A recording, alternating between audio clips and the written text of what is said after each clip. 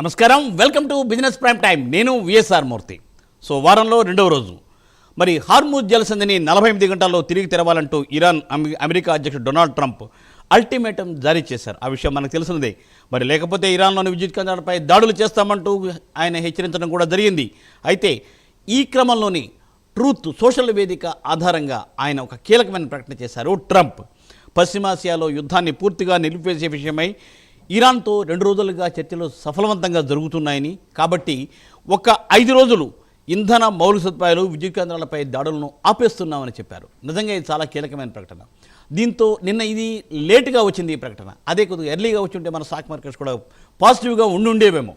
అయితే what ever it maybe, మొత్తానికి ఏంటంటే లేటుగా వచ్చింది కానీ ఆ ప్రకటన మాత్రం ఏంటంటే నిజంగా స్వాగతం చెప్పచ్చు ఆ ప్రకటనకి తప్పనిసరిగా. దానివల్ల ఈరోజు స్టాక్ మార్కెట్స్ తప్పనిసరిగా ఏంటంటే పాజిటివ్లోనే ఓపెన్ అవుతాయి, అలాగేంటంటే భూమిలో ఉంటాయని ఆశిద్దాం. సో మరి నిన్న సెన్సెక్స్ ఎంత ఉందో ఒకసారి చూసేద్దాం. సో సెన్సెక్స్ నిన్న 1836 పాయింట్ డౌన్లో ఉంటే మరి నిఫ్టీ నిన్న 601 పాయింట్లు డౌన్లో ఉంది. సో ఏది ఏమైనా మొత్తానికి ఏంటంటే ఈ కీలకమైన ప్రకటన ఈ తరుణంలో రావడం అనేది చాలా మంచి విషయం. కాబట్టి తప్పనిసరిగా దీని ఇంపాక్ట్ ఇవాళ ఉంటుందని ఆశిస్తూ మరి ఈరోజు ఈ కార్యక్రమంలో పాల్గొనే స్పెషల్ గెస్ట్తో మనం మాట్లాడే ప్రయత్నం చేద్దాం. సో ప్రైమ్ లైన్ స్క్రీన్ మీద 2 నెంబర్స్ కాల్ అవుతూ ఉంటాయి.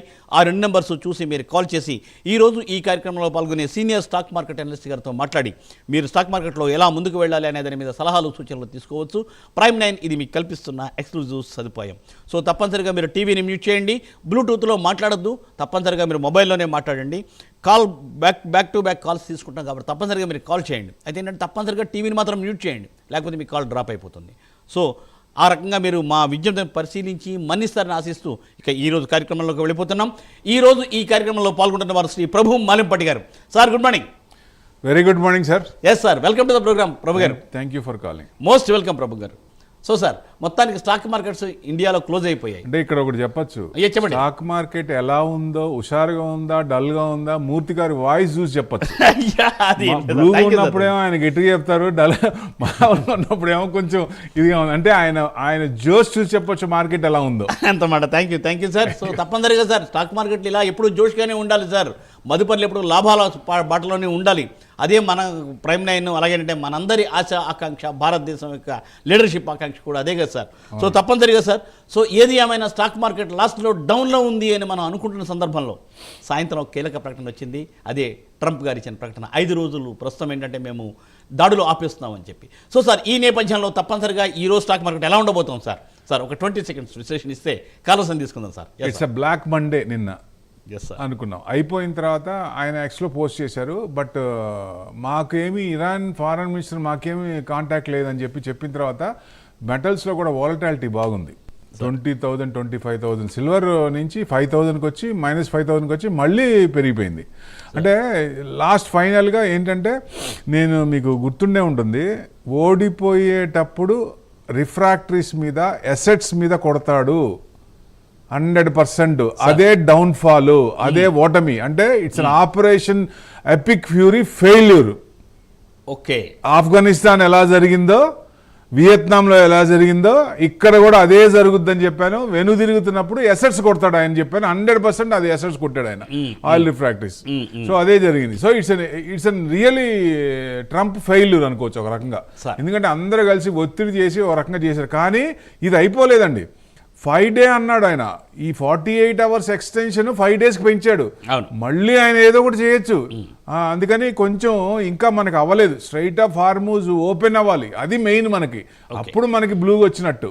సో అప్పుడు మనం అంటే జనరల్గా నెగిటివ్ నుంచి పాజిటివ్కి వస్తున్నట్టు లెక్క. అప్పుడు అంత మార్కెట్ అన్ని టర్న్ అవుతాయి. So that's important. అప్పుడు వార్ అయిపోయింది అనుకోండి, ఫెంటాస్టిక్. అది మెయిన్. అది ఓపెన్ అయ్యేదాకా కొంచెం టెన్షనే. ఎందుకంటే ఇప్పుడు చూడండి, ఇప్పుడు వచ్చేటప్పుడు కూడా చూస్తే గ్యాసోలిన్ ఆటోల గ్యాసుల కోసం వరుసగా ఎంత లైన్ ఉందో. అప్పుడు అంటే ఇంకా ఉంది, ప్రాబ్లం ఉంది, గ్యాస్ ప్రాబ్లం ఉంది. అది మనకి ఇంకా అయిపోలేదు. సో డెఫినెట్ గా అది స్ట్రైట్ ఆఫ్ హార్మూజ్ ఓపెన్ అవ్వాలని మనం అందరం కోరుకుందాం. తప్పనిసరిగా సార్. సార్ మన కాలర్స్ ఉన్నారు సార్, కాలర్స్ లైన్లో తీసుకుందాం. సో ఫస్ట్ కాల్ అండి చిరంజీవి గారు, శ్రీకాకుళం. సార్ నమస్కారం చిరంజీవి గారు. నమస్కారం అండి. Yes sir, welcome to the program sir. Sir చెప్పండి సార్. నమస్కారం అండి. నమస్తే సార్.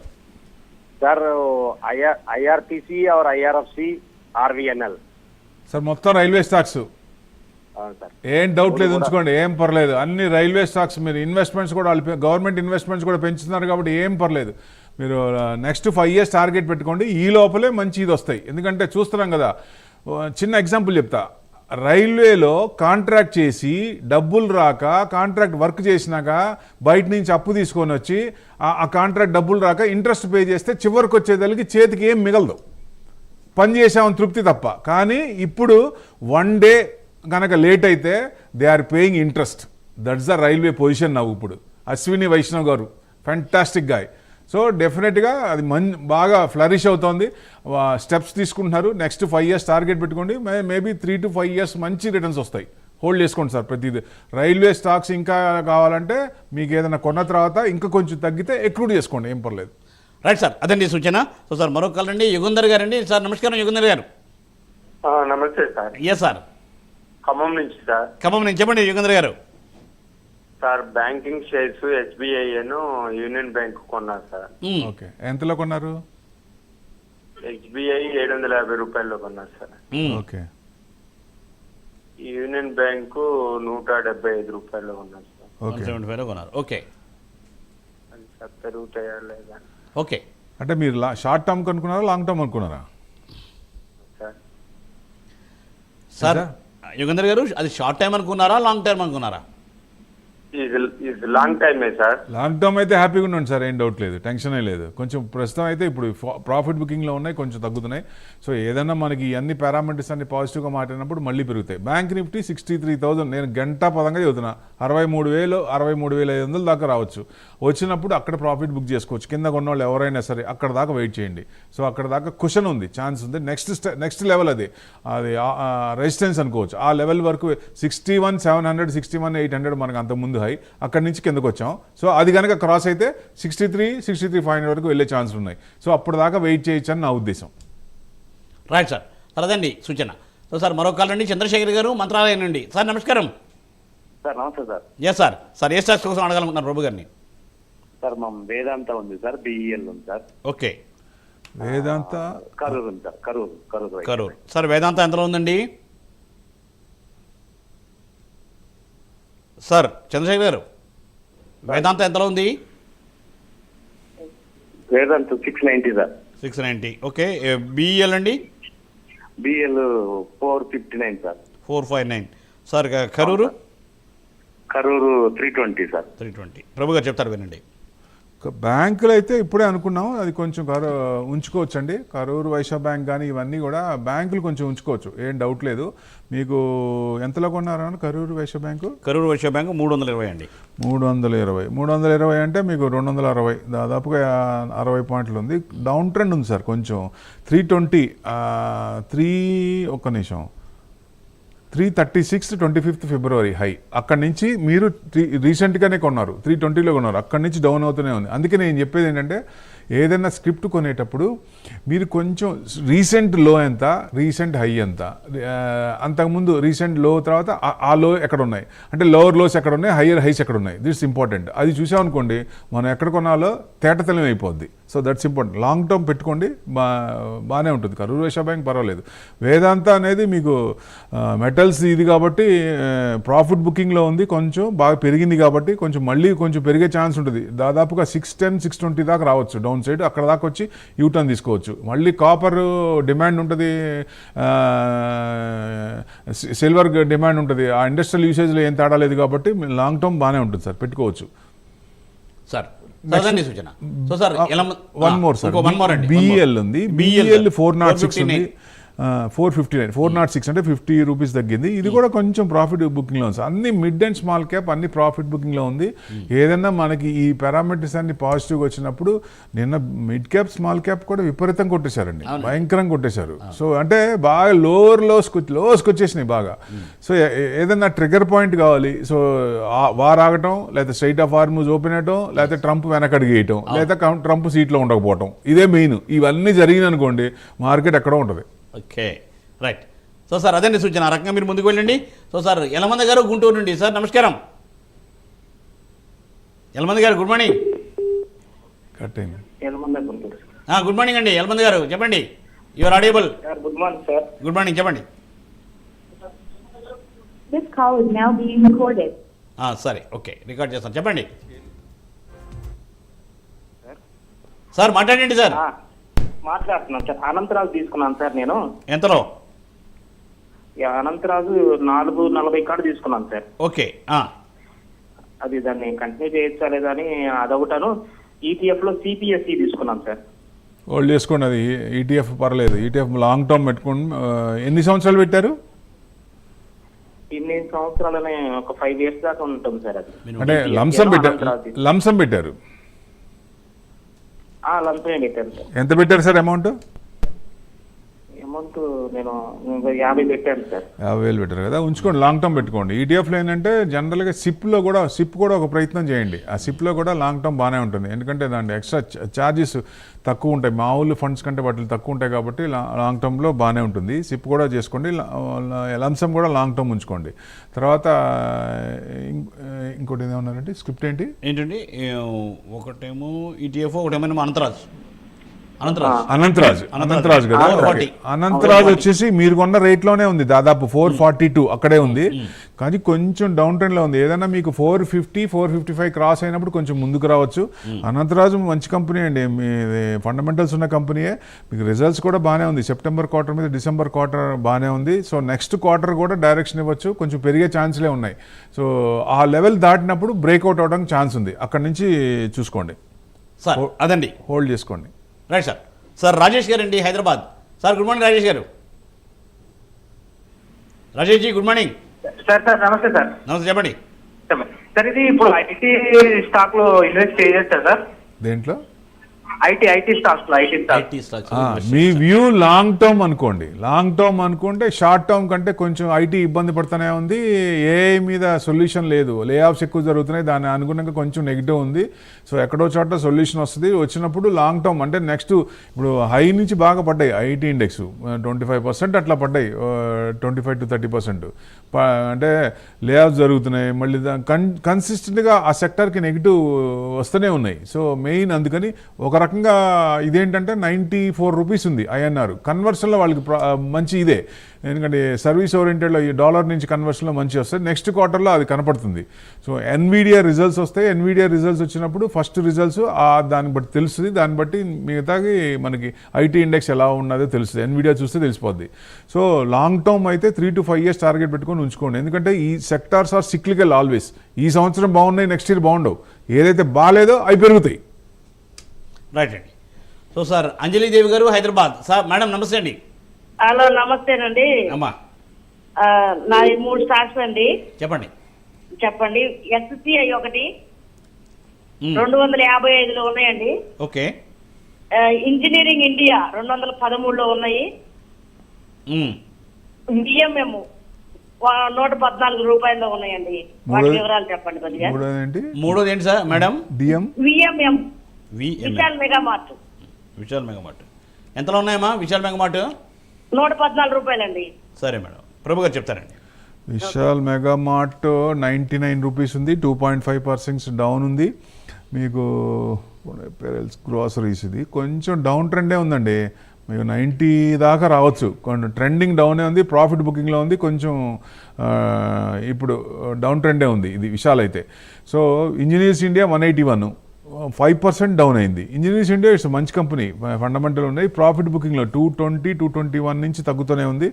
సో మెయిన్ అది మీకు లో వచ్చేసి 167, 164 ఎప్పుడండి? 27 జనవరి ఆ లెవెల్కి రావచ్చు. అంటే అక్కడ వరకు రావచ్చు, మళ్ళీ సెకండ్ డబుల్ బాటమ్ అనుకోవచ్చు, అక్కడి నుంచి యూటర్న్ తీసుకోవచ్చు. అక్కడ మీరు తిరుగుతున్నప్పుడు మళ్ళీ అక్కడ కొనుక్కోండి, that's the main thing. Shipping corporation అన్నారు, షిప్పింగ్ కార్పొరేషన్ 290 ఉంది, 250 అన్నట్టున్నారు, 255, 6% డౌన్లో ఉందండి. షిప్పింగ్ కార్పొరేషన్ కూడా కొంచెం ఇప్పుడు తెలిసింది కదా సిచ్యువేషన్ ఎలా ఉన్నాయో. సో నెక్స్ట్ కొంచెం మారినప్పుడు కొంచెం పెరిగే ఛాన్సులు ఉంటాయి. ఇది కొంచెం ట్రెండింగ్ డౌనే ఉంది, దాదాపుగా 210, 205 దాకా రావచ్చు. ఆ లెవెల్కి వచ్చిన తర్వాత అక్కడ సపోర్ట్ ఉంది, ఆ సపోర్ట్ కట్ అయితే ఇంకొంచెం కిందకు వస్తుంది. అంతకుముందు ఇక మనకి లో తీసుకుంటే దాదాపుగా 163 మే, అంటే అంతవరకు రాకపోవచ్చు. నెక్స్ట్ లెవెల్లో S2 అక్కడ ఉందండి. సో ఈ లెవెల్ దగ్గర తీసుకోవాలి, తీసుకున్నప్పుడు అప్పుడు మనం తీసుకోవచ్చు. మనకు స్ట్రాంగ్గా గట్టిగా ఉండాలి అంటే 225 క్రాస్ అయినప్పుడు కొనండి, అప్పుడు బ్రేక్అవుట్ అయ్యే ఛాన్సులు ఉంటాయి. Right ma'am. సో మరో కాల్ అండి, కుమార్ గారు హైదరాబాద్. నమస్తే కుమార్ గారు. Sir good morning sir. Good morning, చెప్పండి కుమార్ గారు.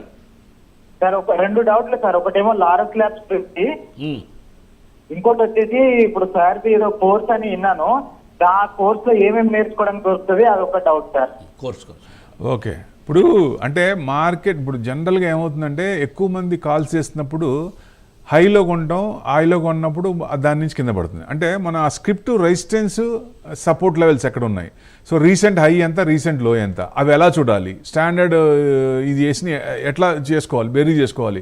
అంటే కొన్ని టెక్నికల్స్ ఉంటాయి, కప్ అండ్ సాసర్ ఇట్లాంటివి.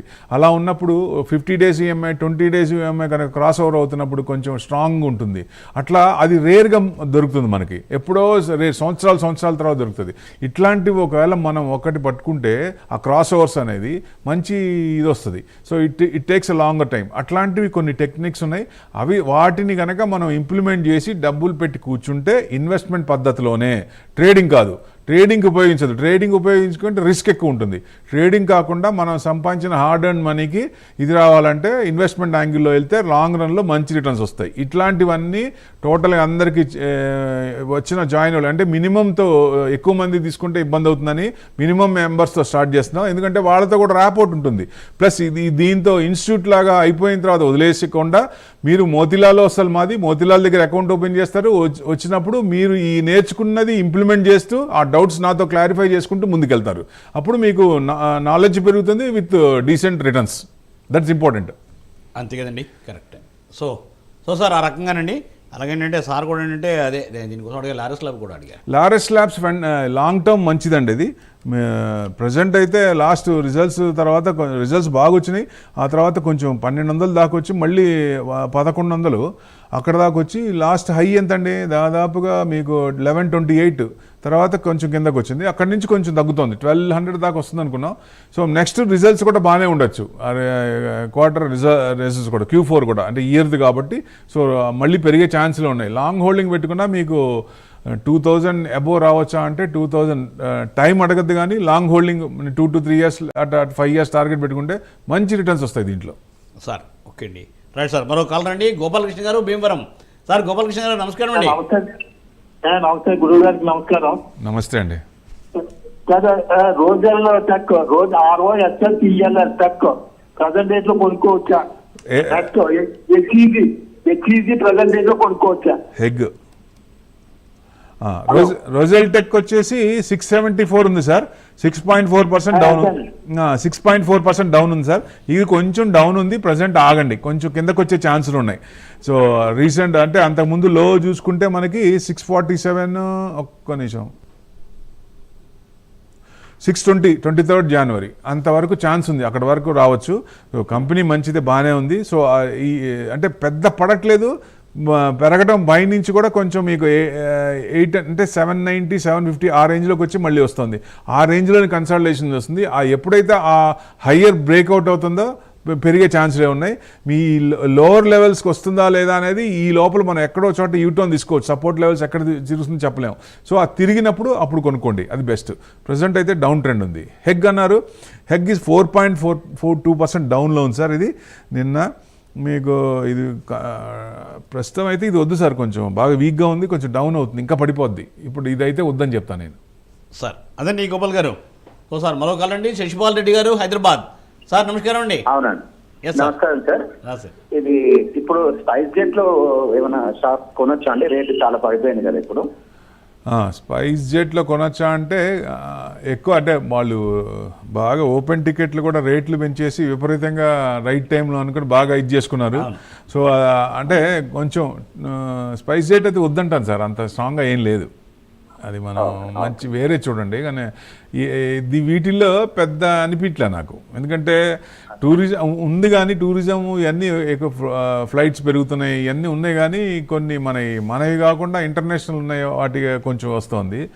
సో నేను ఇది స్పైస్ జెట్ అయితే వద్దంటాను సార్. దయచేసి ఇంకోటి సెలెక్ట్ చేయండి వేరేది ఏదైనా. రైట్ సార్, అదండి ఈ సూచన. సో సార్ మరి ఏంటి సార్ ఇప్పుడున్న పరిస్థితుల్లో ఈవేళ బంగారం వెండి కూడా అలా ఉంటుందా మరి? నిన్న బాగా తగ్గిపోయింది. సార్ నిన్న గిఫ్ట్ నిఫ్టీ 1000 పాయింట్స్ దగ్గర పోయింది.